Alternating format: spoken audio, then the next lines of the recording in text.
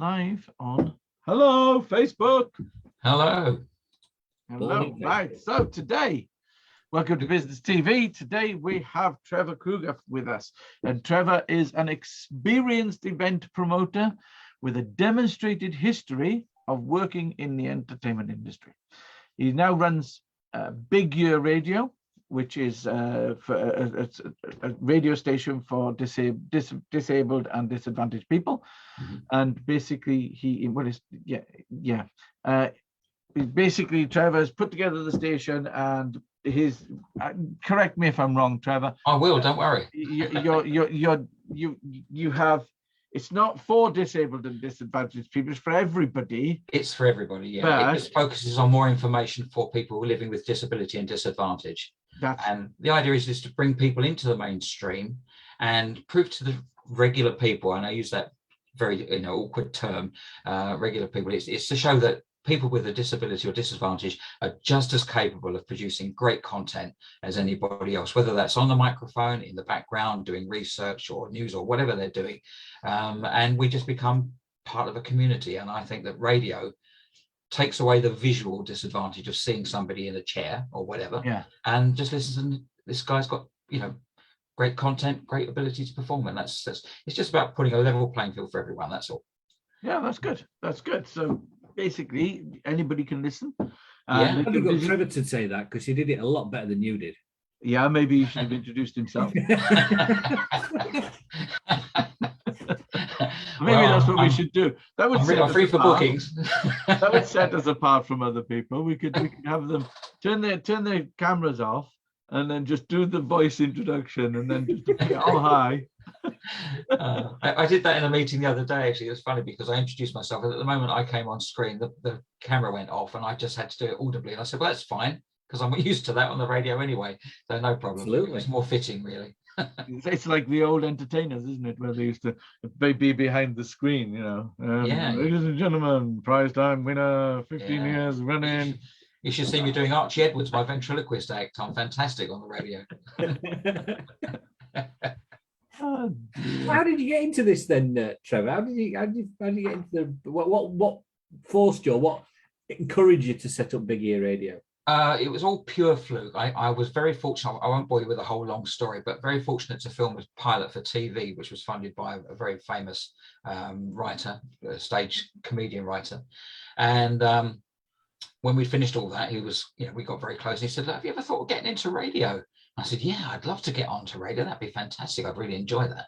I said, "But there's not much chance of that, is there really?" And within 2 weeks, somebody I didn't know rang me out of the blue and said, "Hey, Trevor, I've just been introduced by such and such. Would you like to present a radio show?" And I said, "Oh, yes, please. That'd be lovely." So I had the interview, and away we went. But what inspired me from that point, I mean, life is all about serendipity, isn't it, really? It's all about happy accidents, really. And on this particular station, there was a young presenter doing the morning show, the breakfast show. And he was brilliant. And I was so impressed with him. He was so bright and bubbly and full of it and knew his stuff and all that. And he had a presenter working with him who was quite dreadful, really. And I complained about this other person and said, "Look, why are you spoiling this man's show with this dreadful woman?" And to cut a long story short, it was his mum. And it was her job to drive him in every day and help him around the studio, right? And she had to do that because he was both autistic and completely blind. Oh, wow. And I found out that he was using my studio, or the studio I used, to do the same show. And, when I'm in there or anyone else is in there, we'd all fumble around looking for the right jingles or the right time or whatever. We'd all get a bit confuddled sometimes. Not him. He had this sixth sense, and all he had extra to work with him was a speaking clock, which he could hit and to tell what the time was. And the rest he knew by intuition. And I just thought, look, if he can do that, that's amazing. So can so many, I mean, there are lots of people out there with potential who just don't get given the opportunity to shine. And it's lovely. And I have a shop as well. I have a shop in Epping. And we have a young lad comes in with his elder sister, and he's got autism. And he just says, "Hi, you're listening to Heart FM on blah, blah, blah, blah," and he comes off all these jingles off pat because he listens to the radio all day. He loves it. And you listen to him, you just think he's a professional. He doesn't really quite understand what he's doing, but if I could use him to make jingles, he'd be brilliant. So it's just about fulfilling people's potential. That's all. That's an amazing story. Yeah. Did you find that now with the way technology's gone and we're all online and we don't need to go to studios and stuff like that, that basically, are you utilizing that kind of technology in the station? Yeah. So people who are obviously got disabled people have all of their environment around them. And my father's in a wheelchair, so there's ramps everywhere and all the rest of it. Yeah. And basically, you don't need them necessarily to come to the studio anymore. No, because I believe a lot of the presenters on the likes of Radio 2 and that, they don't actually go into the studio. They work from home. Right.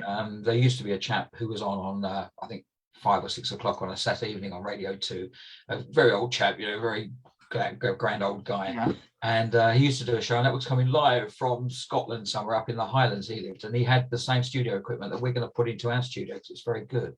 But absolutely, people don't have to be here. They can be remote.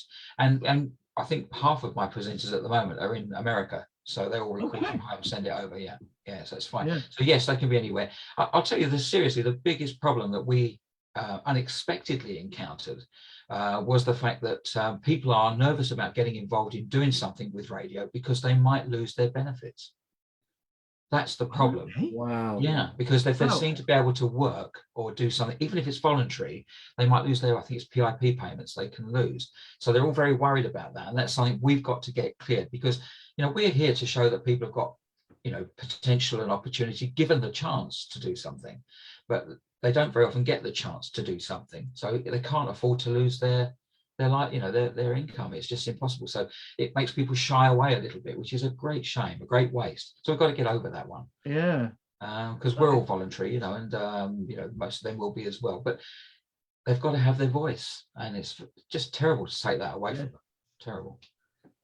Yeah, that's just I never would have expected that kind of thinking, really, to be honest with you. Well, I didn't. I mean, in my innocence, you're thinking the way the world goes around, it's not the same way going around for everyone else. Everyone else has other things they depend on. But the whole point of what we're trying to do with this is, with this particular station, it's to keep people informed, to let them know what their opportunities and advantages are and what's going on in their world. We do a news section which is just about things that have happened to people with disability or disadvantage, their achievements and their trials and tribulations. We do all of that. But, the important thing is that it's information for carers and parents and families to make them all feel involved, and also to give a platform to all the charities who are out there trying to help these people, to say, look, this is what we can do for you. Because if you think about it, I mean, we know about the NSPCC and we know about, Help the Aged and all those different things. But the only time you see them is if an advert pops up on the TV, or there's a particular campaign going somewhere, or they're on, I don't know, Red Nose Day or something like that. They need a platform where they can constantly access people, and not just through.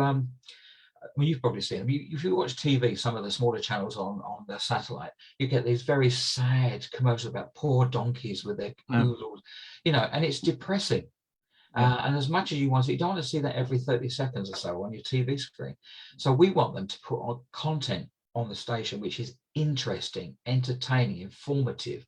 And we are not running a pity party, we're not doing that. So we think it gives them a different sort of facet, if you like, to communicating by positive information. Yeah. There's also so many smaller charities out there that do fantastic work. Yeah, absolutely. Fantastic work. They need a voice.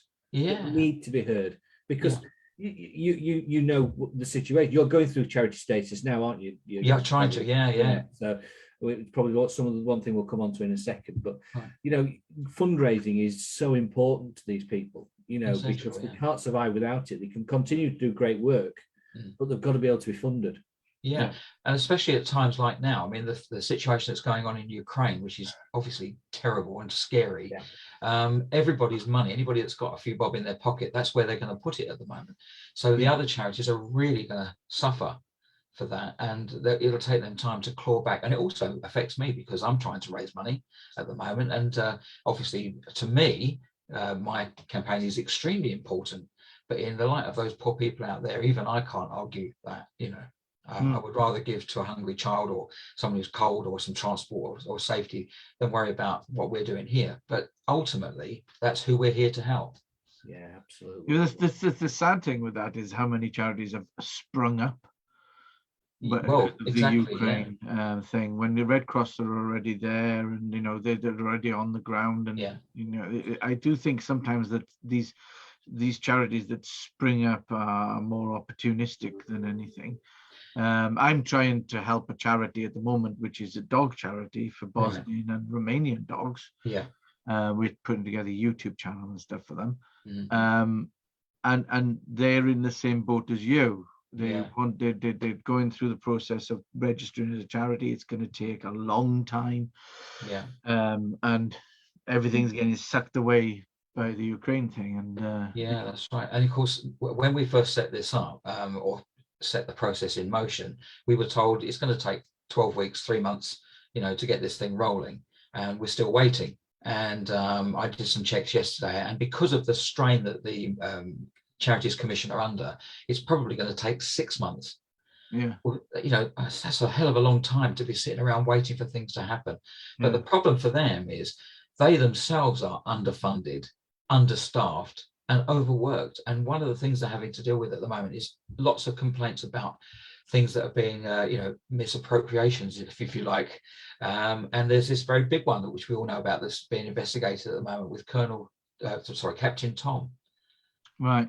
And all that very public exposure, all that money that was raised, and now they're being investigated. And it just messes it up for other people like us, because it takes the time away. So it's tough getting things registered. But of course, you've got to do it. You can't do it any other way. And how long have you been waiting now, Trevor? 3 months. 3 months you've been waiting. 3 months. And the first time, because they are supposed to send you back feedback. The first feedback we got, they said, hang on a minute, you're using a company to put in your to hold your donations and to trade. We said, well, yeah, because we haven't got the charity yet, so I don't want any donations going into my account. They have to go into a separate account. We want to keep it absolutely, totally separate and legal. Well, you'll have to close that company down. I said, well, fine, we will do, but why should we have to, really? And it dawned on me that if Richard Branson set up a company or set up a charity tomorrow, they wouldn't say, you've got to shut down Virgin Airlines. No. Because you can't have your name on 2 bits of paper. No. And it's that sort of thing that you think, I want to sit down and talk to someone and query that, because that's a really, simple question, really. But to actually get that answer probably takes 2 months. It's very, I put that answer back in about 6 weeks ago, and I had a reply on it yet. Wow. Very annoying. But, these things happen, but you learn by it, don't you? That's the thing. Yeah. Yeah, if it was easy, everybody would do it. Eh? Well, that's right.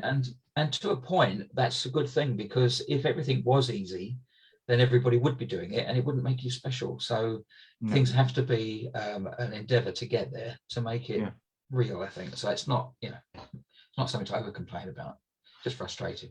So how can people listen? I know obviously on the website, bigyourradio.com. We come out. Yeah, we come out just through that. Can I get that on my smart speaker?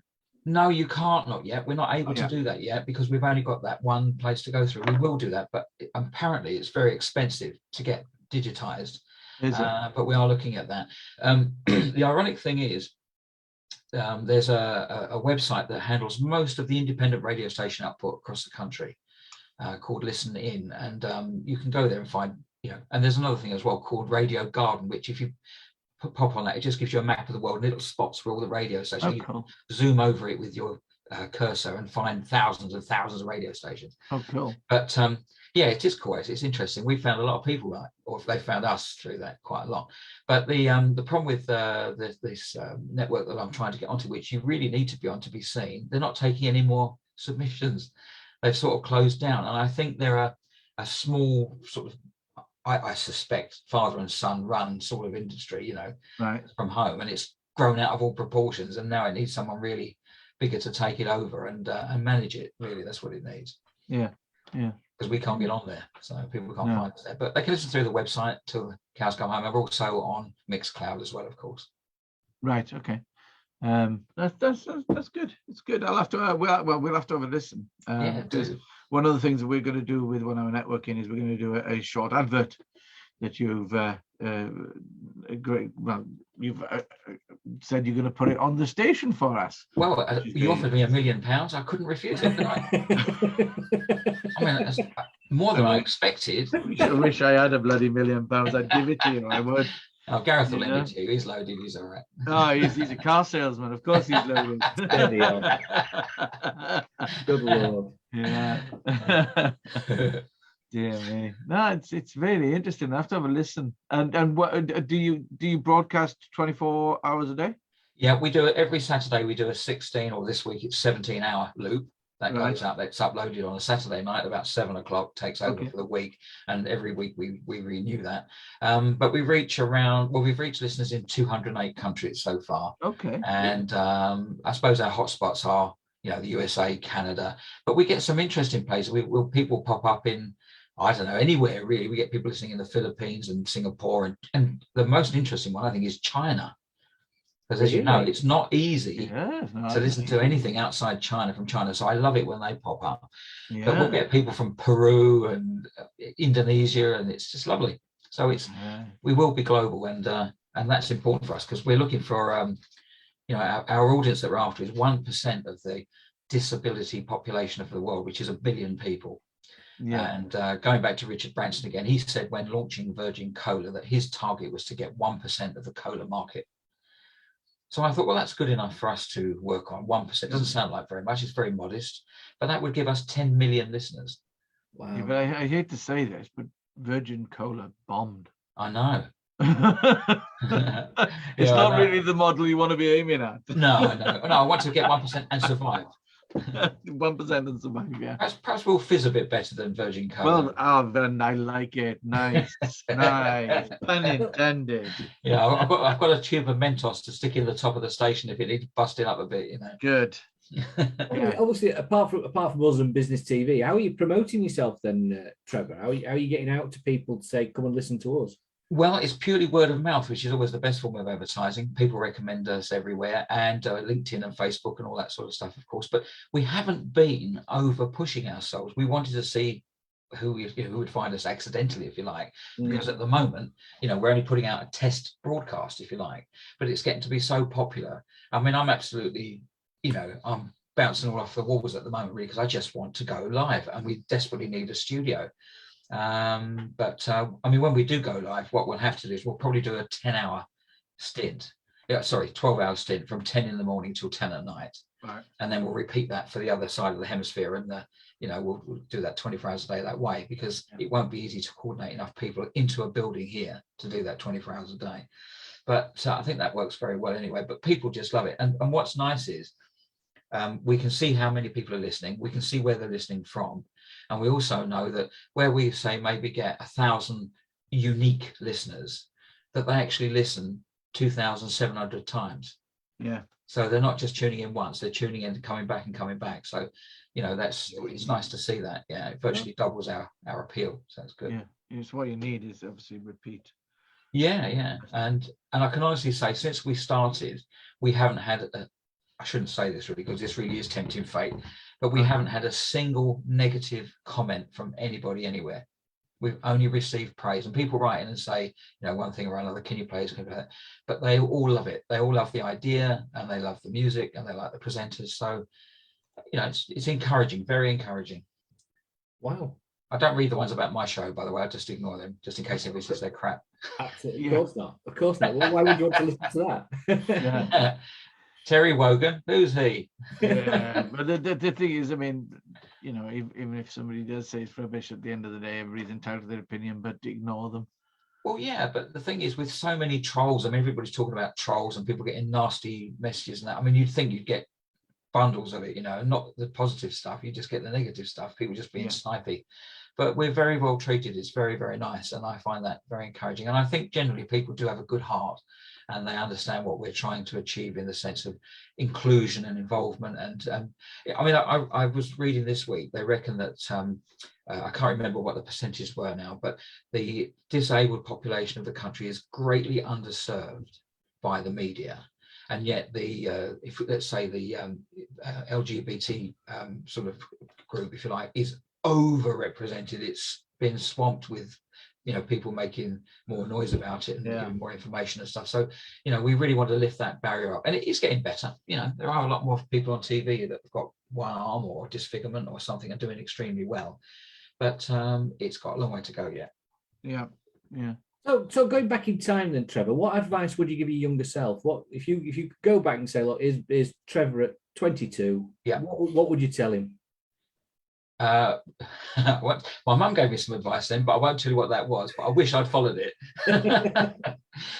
No, seriously, don't hesitate. If you've got an idea and you believe in it, go for it. Don't procrastinate, get on with it. But by the same token, don't lie to yourself. Because a lot of people will, I see people come in to me all the time and say, for example, I'll give you one silly example. There was a shop across the road from mine. A lady came in and said to me, "Oh, I'm taking the shop across the road. We're going to do specialist champagnes. Do you think it'll do well in Epping?" I said, "No."